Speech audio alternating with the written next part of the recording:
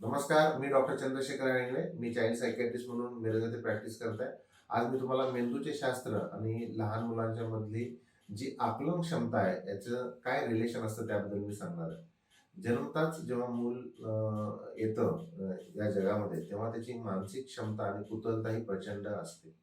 काही संशोधनानुसार असं आढळलेलं आहे, की पहिली 7 वर्ष ही कॉग्निटिव्ह डेव्हलपमेंट म्हणजे संज्ञानात्मक विकासासाठी अतिशय महत्त्वाची असतात. या काळामध्ये आपण बऱ्याच गोष्टींसाठी जर लहान मुलांच्या आकलन क्षमतेसाठी जर काम केलं, तर याचा रोल हा महत्त्वाचा असतो. पण वेळीच या गोष्टी जर करता आल्या नाहीत, तर या गोष्टी त्याची जी कॅपॅसिटी आहे, कॉग्निटिव्ह डेव्हलपमेंट म्हणतो, त्याची क्षमता ही किंवा सुप्त अवस्थेत ती राहण्याची शक्यता आहे. शालेय शिक्षण पद्धती आपण सर्वजण जाणतो, पण शालेय शिक्षणामध्ये भावनात्मक आणि सामाजिक आणि शारीरिक याची जर वाढ होणं महत्त्वाचं असेल, तर काही गोष्टीवर काम हे नक्कीच केलं पाहिजे. मानवी मेंदूचे 2 भाग असतात. एक डावा भाग आणि उजवा भाग. म्हणजे डावा लेफ्ट साइड आणि राइट साइड असे म्हणजे हेमिस्फिअर असे 2 भाग असतात. त्याच्यामध्ये प्रत्येक भागाचं एक वेगळं काम आहे. डावा जो मेंदू असतो, त्याचं जर कार्य बघितलं तर याचं तर्कशास्त्र किंवा भाषा आणि गणिती विचारासाठी हा महत्त्वाचा रोल असतो.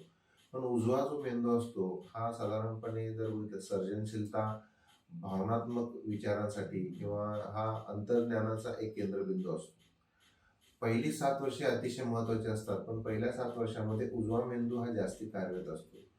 त्यामुळे या काळात जेव्हा आपण अतिशय जास्ती माहिती आपण देऊ लहान मुलांना, तेवढं हे उजव्या मेंदूचं कार्य स्पीडमध्ये होतं किंवा जास्ती वेगानं होतं. याला ब्रेन एनर्जी असं मी म्हणतो, हे ॲक्टिव्हेट होऊ शकते. आता पण आपली शिक्षण पद्धती अशी आहे, की शिक्षणामध्ये डाव्या मेंदूवर काम केलं जातं किंवा डाव्या मेंदूचं ॲक्टिव्ह पार्टिसिपेशन राहतो. उजव्या मेंदूला म्हणावं तसं स्थान मिळत नाही. त्यामुळे जर उजव्या मेंदूसाठी जर वेगळे एक्सरसाइज करता आले, तर याच्यामध्ये मुलांच्यामध्ये सर्जनशीलता म्हणा किंवा भावनात्मक किंवा आकलन शक्तीमध्ये डेव्हलपमेंट होऊ शकते. स्मरणशक्तीचा विकास हा होऊ शकतो.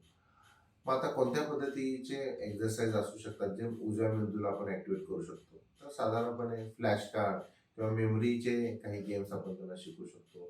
उजव्या हातानं मुलगा जो काम करत असतो, तीच कामं मुलाला जर डाव्या हातानं काम करायला सांगितलं, तर अशा पद्धतीने जर आपण सांगितलं, तर उजव्या मेंदूसाठी वेगळे एक्सरसाइज आहेत.